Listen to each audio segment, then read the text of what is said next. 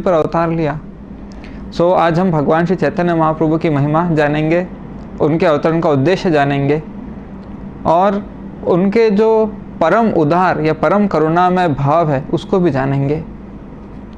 सो ब्रह्म वैवर्त पुराण में ऐसा उल्लेख है कि जब भगवान कृष्ण अपनी भौम लीला में यानी इस भूमि पर अपनी लीलाएं कर रहे थे, अपने प्रकट लीलाएं कर रहे थे, तो धीरे धीरे उनकी लीलाओं के समापन का समय आ गया। द्वापर युग का अंत था वो। तो समस्त नदियाँ, जितनी पवित्र नदियाँ हैं, वो सब आपस में चर्चा करने लगी कि जब तक भगवान श्री कृष्ण यहाँ थे सब कुछ पावन था, पवित्र था। उनके इस भूमि पर उनके स्पर्श से, इस संसार में उनकी उपस्थिति से सब कुछ शुद्ध था, पवित्र था, हम सब भी पावन थे। अब भगवान कृष्ण अपनी लीलाएं समेट कर जाने वाले हैं, उनका गमन का समय आ गया है। तो जब भगवान यहाँ से चले जाएंगे, प्रस्थान करेंगे, अपनी लीलाएं समेट कर, द्वापर युग समाप्त होगा, कलयुग प्रारंभ होगा, तो कलयुग के लोग बहुत ही भौतिकवादी होंगे, बहुत ही पापमय जीवन व्यतीत करेंगे और वो पापों से पूरी तरह से सराबोर होंगे। तब वे हमारे अंदर आकर स्नान करेंगे तो उनके सारे पाप हमें वहन करने पड़ेंगे। तो समस्त नदियों को इस प्रकार की चिंता हुई। तो उन सब के प्रतिनिधित्व करते हुए, उन सब का नेतृत्व करते हुए गंगा देवी जो हैं समस्त नदियों में प्रमुख, वे भगवान श्री कृष्ण के पास गई और उन्होंने भगवान श्री कृष्ण से ये याचना रखी कि हे भगवान, आप अपनी लीलाएं समेट कर जाने वाले हैं और अब कलयुग प्रारंभ होने वाला है, तो कलयुग के लोग इतने भौतिकवादी होंगे। अब आप बताइए, वो सब जब हमारे अंदर स्नान करेंगे, हम पापों के वजन से बहुत भारी हो जाएंगे, बहुत कष्टप्रद हो जाएगा हमारे लिए उनके पाप वहन करना। तो इसका क्या उपाय है? तब भगवान कृष्ण ने आश्वासन देते हैं कि मैं अवतार लेने वाला हूँ पुनः, और केवल उतना ही नहीं, आज से 5000 वर्षों बाद, यानी 5,000 वर्ष जितने जो होते हैं, 5000 वर्षों बाद मेरे भक्त आएंगे, राइट। और मेरे भक्त इस पूरे विश्व में मेरे नाम के प्रचार से इस जगत को पवित्र करेंगे।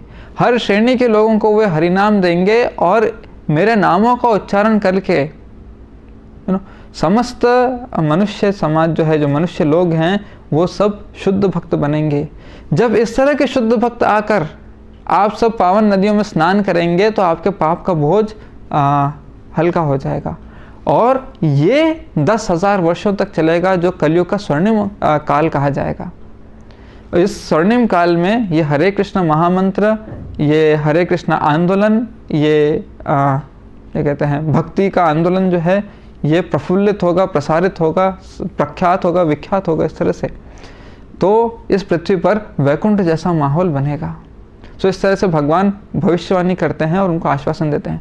फिर कहते हैं 10,000 वर्षों के बाद ये सब सिमट जाएगा और सिमटने के बाद घोर कलयुग प्रारंभ होगा।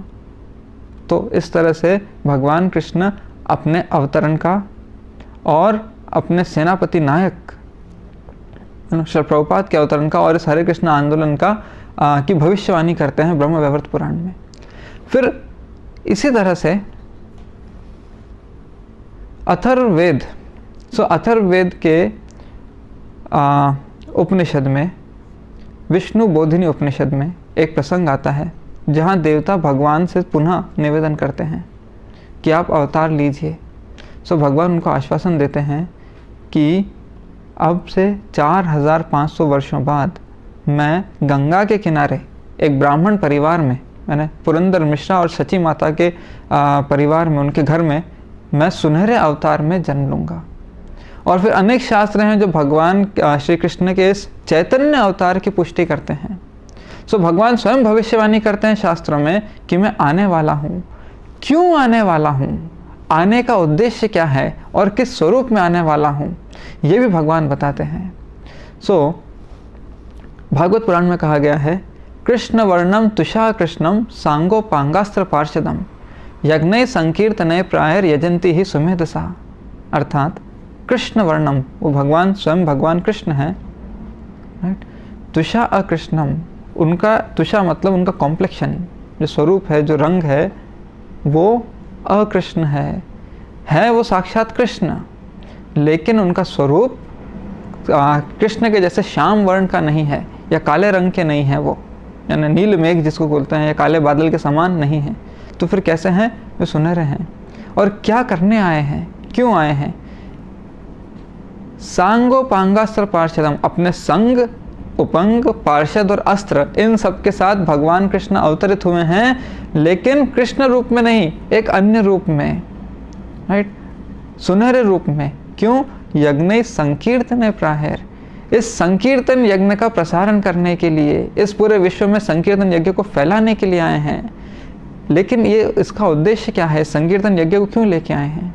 इस संकीर्तन उद्देश्य को इसलिए लेके आए हैं क्योंकि इस कलयुग में लोगों के उद्धार का केवल एकमात्र उपाय है, वो है कलौ तद हरि कीर्तनात्। इस कलयुग में अगर लोगों का उद्धार होना है तो वो इस संकीर्तन से होगा।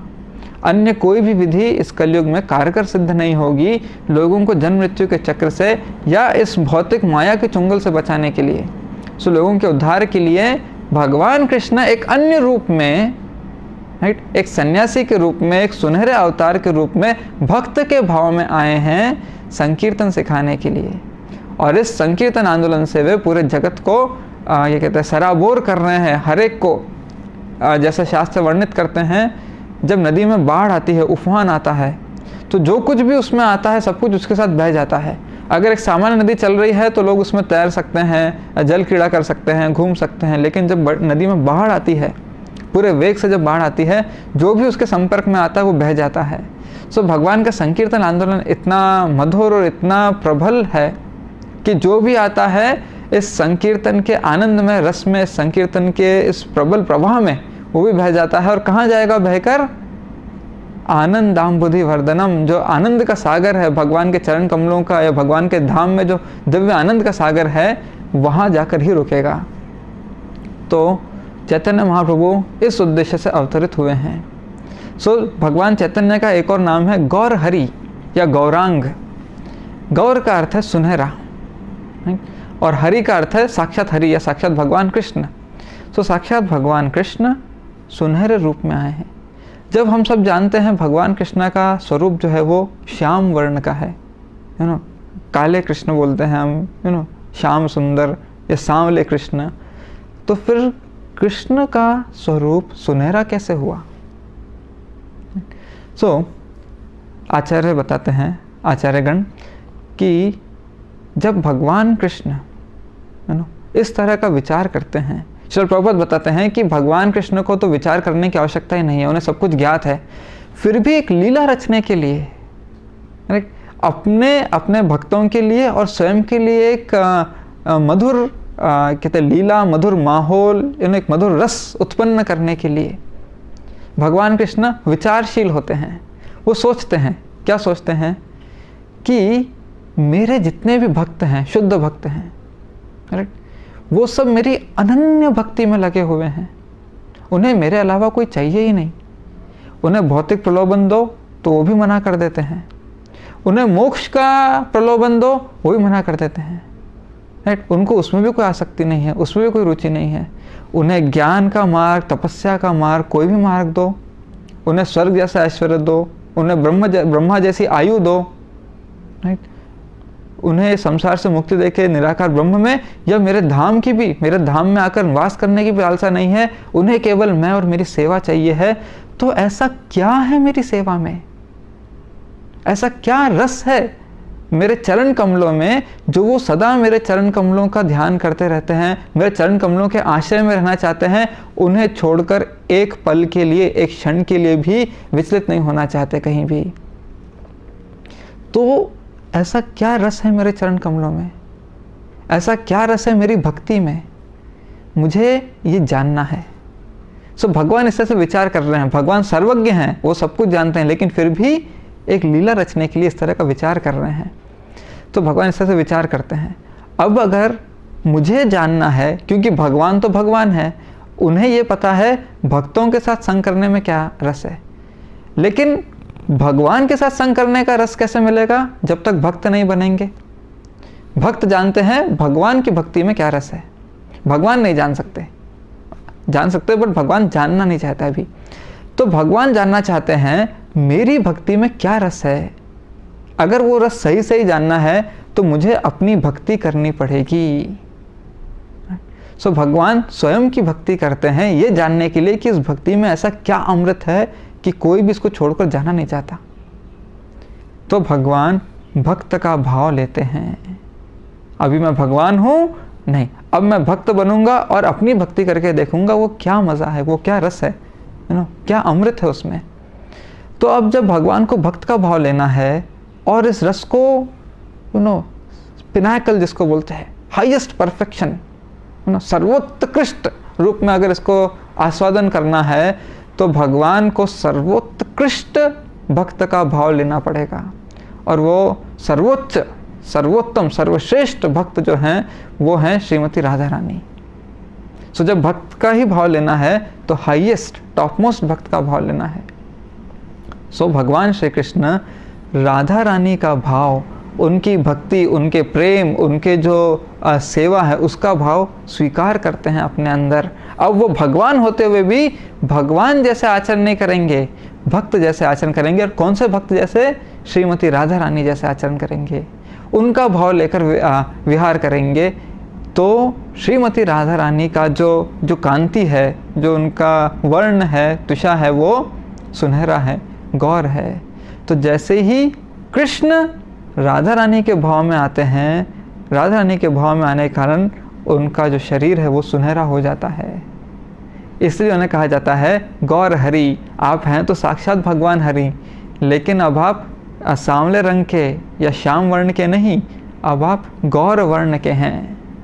अब आप भक्ति करने के लिए यहाँ आए हैं, केवल भक्ति करने के लिए नहीं, साथ साथ हम पर एक विशेष कृपा दिखाने के लिए भी। और वो कृपा क्या है? अपनी भक्ति सिखाने के लिए। आचार्य प्रार्थना करते हैं भगवान श्री चैतन्य महाप्रभु से, वैराग्य विद्या निज भक्ति योगा शिक्षार्थम एकम पुरुष पुराणा श्री कृष्ण चैतन्य शरीर धारे कृपाम बुद्धि जस्तम अहम प्रपद्ये। ये जो वैराग्य विद्या निज भक्ति योगा, इस संसार से वैराग्य और जो भगवान के ज्ञान है ये देने के लिए, और निज भक्ति योगा, अपनी ही भक्ति सिखाने के लिए आप आए हैं। वैराग्य विद्या निज भक्ति योगा शिक्षार्थम एकम पुरुष पुराण। आप पुराण पुरुष हैं, गोविंदम आदि पुरुषम। राइट, हम बोलते हैं भगवान कृष्ण जो है आदि पुरुष हैं, पुराण पुरुष हैं।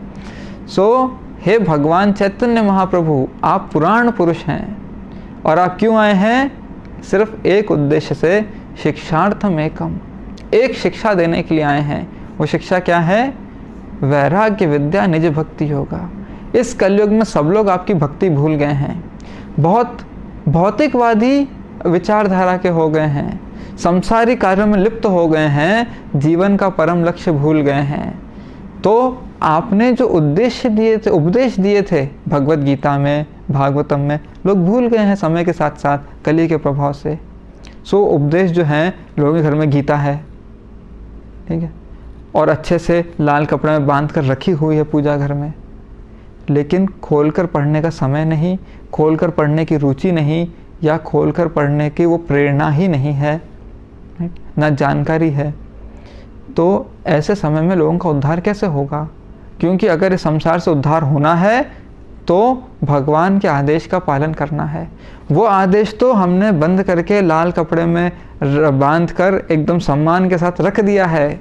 उसको बंद करके, उसको खोलकर उजागर नहीं कर रहे हैं, हम उसे बंद करके सम्मान के साथ रख रहे हैं, हम उससे विमुख हो रहे हैं, या उससे हमारा जो दूरी है वो बढ़ रही है। तो ऐसी परिस्थिति में लोगों का उद्धार कैसे होगा? तो श्री कृष्ण चैतन्य शरीरधारी, आपने श्री कृष्ण चैतन्य का शरीर धारण किया है और अब आप निज भक्ति योग सिखाने के लिए आए हैं। चलो मैं भी खुद भक्त बनकर सबको भक्ति सिखाता हूँ।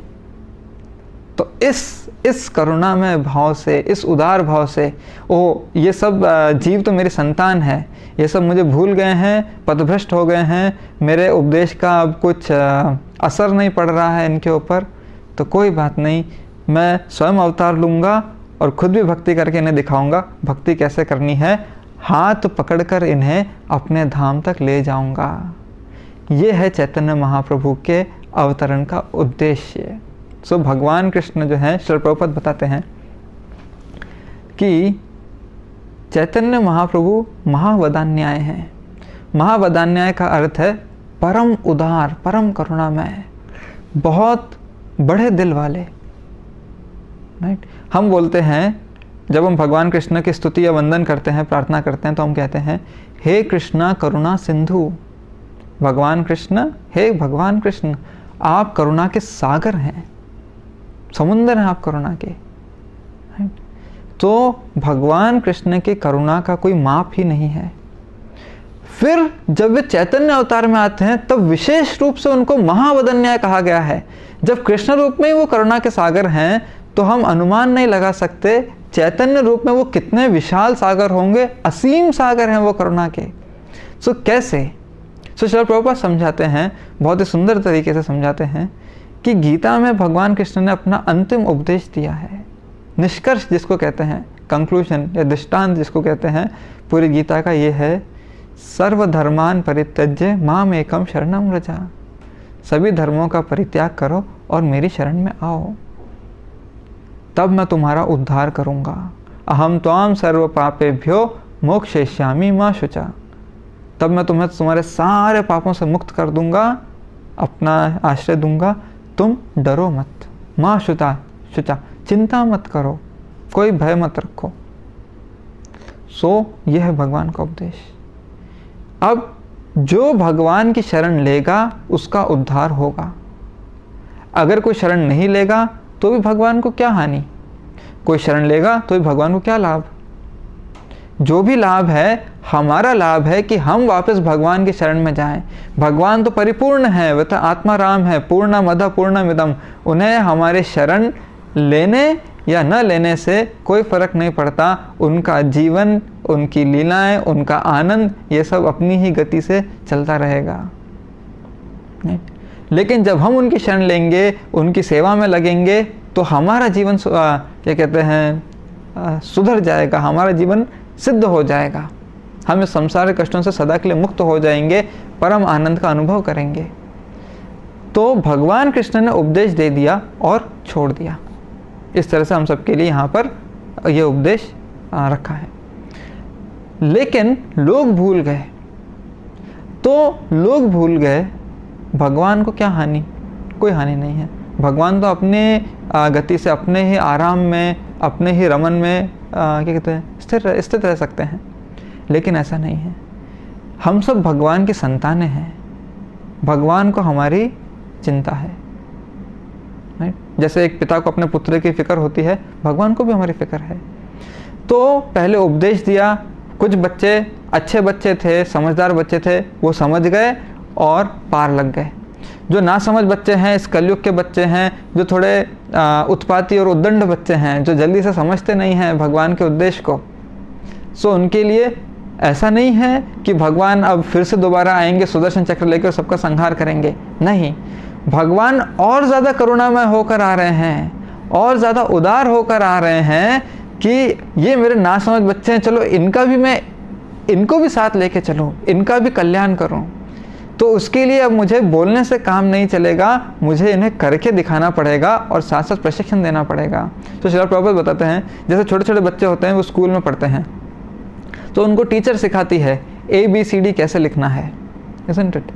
सो टीचर ब्लैक बोर्ड पे लिखती है ABCD, तो बच्चे कोशिश करते हैं उनका हाथ चले ना चले, कुछ बच्चों का ध्यान रहे ना रहे, खिड़की के बाहर ऐसे नज़ारे देखते रहे, बातें करते रहे। तो टीचर क्या करती है, टीचर जाती है, बच्चे का हाथ पकड़ के उसे सिखाती है ऐसे लिखना है। सो भगवान कृष्ण ने भी बोल दिया, गीता में लिखा है मेरी शरण में आओ। बच्चों का ध्यान, हम सबका ध्यान इधर उधर भटका हुआ है। सो आते हैं, भक्ति करते हैं और हमें सिखाते हैं ऐसे करो। सो कैसे करनी है भक्ति, सो चैतन्य महाप्रभु सिखाते हैं, दोनों हाथ ऊपर करो और हरे कृष्ण कृष्ण कृष्ण हरे हरे, हरे राम राम राम हरे हरे, पूरे भाव से, पूरी लगन से, पूरी निष्ठा से समर्पित होकर भगवान की शरण में जाओ। राइट, ये हरे कृष्ण महामंत्र का जप हमें पार लगाएगा। सो भगवान श्री चैतन्य महाप्रभु स्वयं संकीर्तन करते थे, गांव-गांव में, शहर-शहर में, गली-गली में जाकर संकीर्तन करते थे अपने भक्तों के साथ, मृदंगा, करताल और सब अन्य वाद्य यंत्रों के साथ पूरे मधुर से, और नृत्य करते थे। कृष्णत कीर्तन गान नर्तन। सो कृष्ण का उत्कीर्तन, गानन, नर्तन। सो भगवान के नाम का कीर्तन, केवल कीर्तन नहीं, उत्कीर्तन, पूरे भाव के साथ, पूरे वेग के साथ वो कीर्तन करना है, उसको गाना है और नृत्य करना है।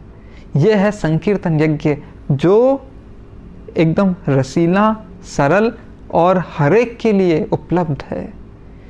ये सरलतम, सुगमतम प्रक्रिया या भक्ति की विधि भगवान कृष्ण चैतन्य रूप में लेकर आए हैं और हम सबको वितरित कर रहे हैं।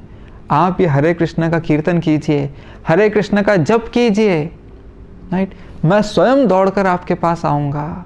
आपको मुझे तलाश करने की, मेरे पीछे आने की भी आवश्यकता नहीं है। जहाँ हो, स्थाने स्थिता श्रुतिगताम तनवान मनोभिर। आप जिस स्थान में हो, जहाँ बैठे हो, कोई प्रोफेशनल है, कोई हाउस होल्डर है, कोई स्टूडेंट है, स्त्री है, पुरुष है, बालक है, युवक है, प्रौढ़ है, आप जिस भी स्थिति में हैं, जैसे भी हैं, जहाँ भी हैं, बस कृष्ण के नाम का जप, यज्ञ नाम जप यज्ञस्मि। आप माला लीजिए और भगवान के नाम का जप कीजिए, भगवान स्वयं दौड़ कर आएंगे। ये भगवान का वचन है, ये भगवान का वचन है। तो हमें भगवान को तलाश करके उनके शरण लेने के प्रक्रिया के बारे में चिंतित होने की आवश्यकता नहीं है। ऐसा फॉर्मूला दिया है, आप इसे अपनाइए, भगवान आपको तलाश करके आ जाएंगे। कहाँ है मेरा भक्त जो मेरे नाम का जप कर रहा है? ऐसा भगवान कृष्ण स्वयं कहते हैं। और ऑफ कोर्स भगवान को तलाश करने की आवश्यकता नहीं है, पर भगवान वहाँ प्रकट हो जाते हैं भक्त के समक्ष। भगवान कृष्ण नारद मुनि से कहते हैं भागवतम में, नाहम तिष्ठामि वैकुंठे योगी नाम हृदय शुवा यत्र गायन्ति मद भक्ता तत्र तिष्ठामि नारदा। मैं वैकुंठ में नहीं बैठा हूँ, मैं योगियों के हृदय में भी नहीं विराजमान हूँ। फिर मैं कहाँ हूँ हे नारद? यत्र गायन्ति मद भक्ता, जहाँ मेरे भक्त मेरा गुणगान करते हैं, मेरा कीर्तन करते हैं, मेरे नाम का उच्चारण करते हैं, तत्र तिष्ठामि नारदा, मैं वहाँ पर विराजमान हूँ। सो चैतन्य महाप्रभु को महावदन्याय अवतार कहा गया है। क्यों? क्योंकि वो हमें ला लाकर भगवान दे रहे हैं, स्वयं को दे रहे हैं। मुझे ले लो, मुझे ले लो। कैसे लेना है? बस मुझे पुकारो। इस हरे कृष्ण महामंत्र के माध्यम से आप मुझे पुकारो, मैं आ जाऊंगा। मुझे तलाश करने की ज़रूरत नहीं है, मुझे शरणागति की कठोर विधियां पालन करने की ज़रूरत नहीं है। आपको शास्त्र का ज्ञान हो या ना हो, आप पंडित हो या ना हो, राइट, बस इस मंत्र का उच्चारण कीजिए। यही एकमात्र तरीका है, एकमात्र रास्ता है भगवान को यहाँ हमारे समक्ष प्रकट कराने का या भगवान का सानिध्य प्राप्त करने का। सो ये है चैतन्य महाप्रभु की शिक्षा। जीवन का परम लक्ष्य है प्रेम पुमार्थो महान, कृष्ण का प्रेम प्राप्त करना।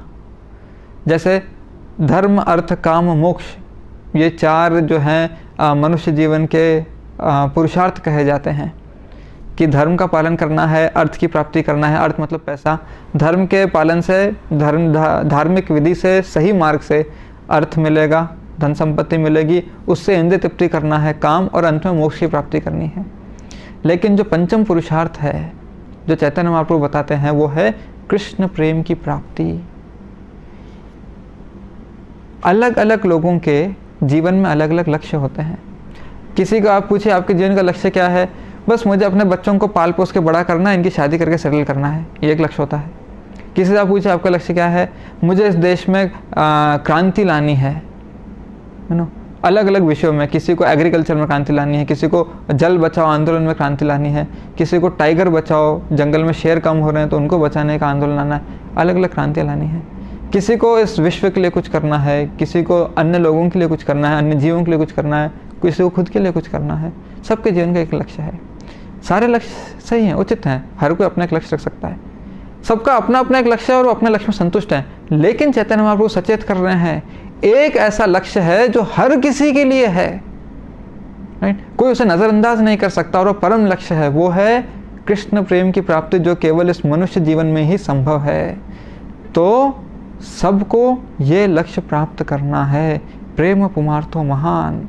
ये महान लक्ष्य कोई भी खो देगा तो ये जो बहुमूल्य मनुष्य जीवन है ये व्यर्थ चला जाएगा। तो ये लक्ष्य प्राप्ति, अन्य लक्ष्यों की प्राप्ति बहुत क्या कहते हैं, परिश्रम और तपस्या से मिलती है, लेकिन ये कृष्ण प्रेम की प्राप्ति बहुत सरल विधि से मिलती है। वो है ये हरे कृष्ण महामंत्र का जप। जब हम हरे कृष्ण कृष्ण कृष्ण हरे हरे, हरे राम राम राम हरे हरे, इस तरह से जप करते हैं, हम भगवान के साथ उस प्रेम में, संबंध में जुड़ने लगते हैं। सो आज इस कहते हैं गौर पूर्णिमा के पावन अवसर पर हम सबको दृढ़ संकल्प लेना है कि हम प्रतिदिन नित्य रूप से, नियमित रूप से संख्यापूर्वक माला पर हरे कृष्ण महामंत्र का जप करें। राइट, एक संकल्प लेना चाहिए कि हम 2 माला, 4 माला, 8 माला, जितनी भी हम कर रहे हैं उससे अधिक और अधिक मालाएं करें और अधिक भगवान के नाम का जप करें। और जो ऑलरेडी 16 माला उससे अधिक माला कर रहे हैं, जैसा प्रभुपाद ने प्रस्तावित किया है, तो हमें संकल्प लेना चाहिए हम और निष्ठा से और लगन से, पूरे समर्पण के साथ भगवान से याचना करते हुए कि हे भगवान, मैं इस संसार के मोह माया में फंस गया हूँ, मैं बहुत ही शर्मिंदा हूँ कि मैं आपकी सेवा छोड़कर इस संसार में माया की सेवा में लगा हूँ। कृपया हे भगवान कृष्ण और हे हरे श्रीमती राधा रानी भगवान की शक्ति, मुझे अपने चरणों में आश्रय दीजिए। राइट, मुझे अपने चरणों में आश्रय दीजिए, मुझे अपनी सेवा में लगाइए। और इस भाव के साथ हमें निष्ठापूर्वक निरंतर सतत इस हरे कृष्ण महामंत्र का जाप करते जाना है, करते जाना है, करते जाना है। प्रभुपाद बोलते हैं, one day you will see Krishna face to face. एक दिन भगवान आपके सामने साक्षात प्रकट हो जाएंगे, आपका जीवन सफल हो जाएगा। सो ये कहते हैं यूनिक, इनकम्पेरेबल, अतुलनीय दिव्य उपहार लेकर भगवान कृष्ण आए चैतन्य रूप में। सो आज हम ये जयंती मना रहे हैं। सो सब लोग आइए मेरे साथ एक बार पूरे भाव से, पूरे शरणागति से भगवान श्री चैतन्य महाप्रभु को हरे कृष्ण महामंत्र के उच्चारण के साथ प्रणाम करते हैं।